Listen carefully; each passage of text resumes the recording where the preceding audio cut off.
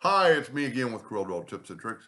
Just a few minutes ago, I made this using Rotate, and it is probably cooler than this, but this is a different look. They're kind of stretched out, but just give you another option on some things to do. So I took those same flowers and I did it. The box is 2.5 inches. So you want this other flower dead in the center of that line. And then you could take it and set your nudge factor on 2.5 inches. And without moving it, make a duplicate and put it right there. Now we're going to go a little bit further. Let's move this one down a little bit and move this one up a little bit. And tell you what, let's make it smaller. And then I'm going to hit P, put it in the center of the page. Well, I'm not working in the center of the page, but it doesn't really matter in this case. I'd like to do, you have to do, well, let's just put another flower in the middle and put it like right there. And then rotate it so it won't interfere with our other ones. Matter of fact, we're going to have to take this. It's hard to grab because the box is trying to hold down the shift so that flower will be in the center. And I don't want to rotate these two. So I want to rotate this one back where the petals aren't interfering.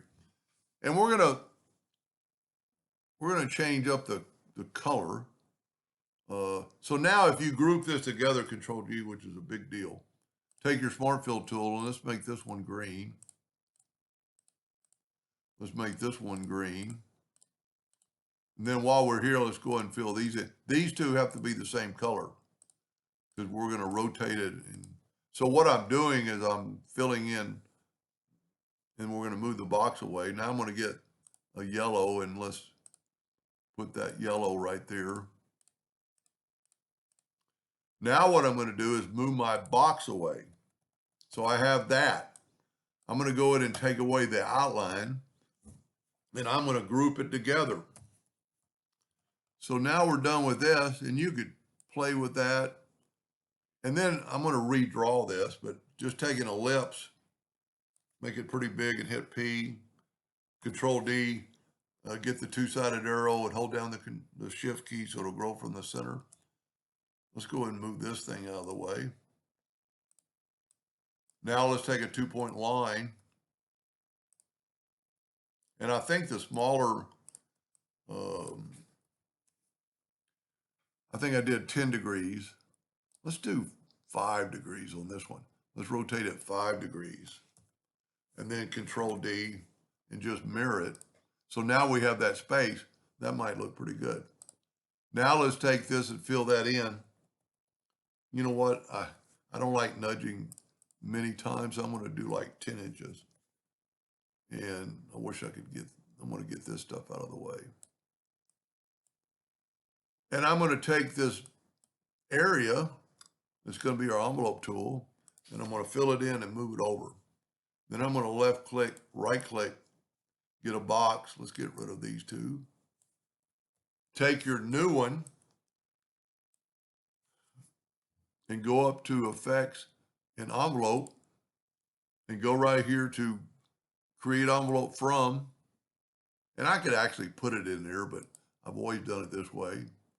Then if you got that selected, shift select that and go EC and then grab it. You know what? Let's do this. Let's group all this together. Control G. And you know what? We don't really even need it because we're going to move this right back to the center. And since I'm rotating from the center, so if we look, we've got two half flowers, but they're kind of on a curve. Control D, alternate C, and rotate it 10 degrees. See how the flowers meet or match up? And that's because of the fact that we cut them exactly in half. So let's group this together, Control G. So the other way might even be better that I did in part one. Well, let's see what it looks like with a black box around it. object order backup page. Pretty cool. And you could offset, you know, I should have had one of these over here and one of those over there. Um, but if you understand what I'm doing, I mean, look, those are two flowers put together and they match up. Anyway, I hope that helps somebody someday, and thank you for watching.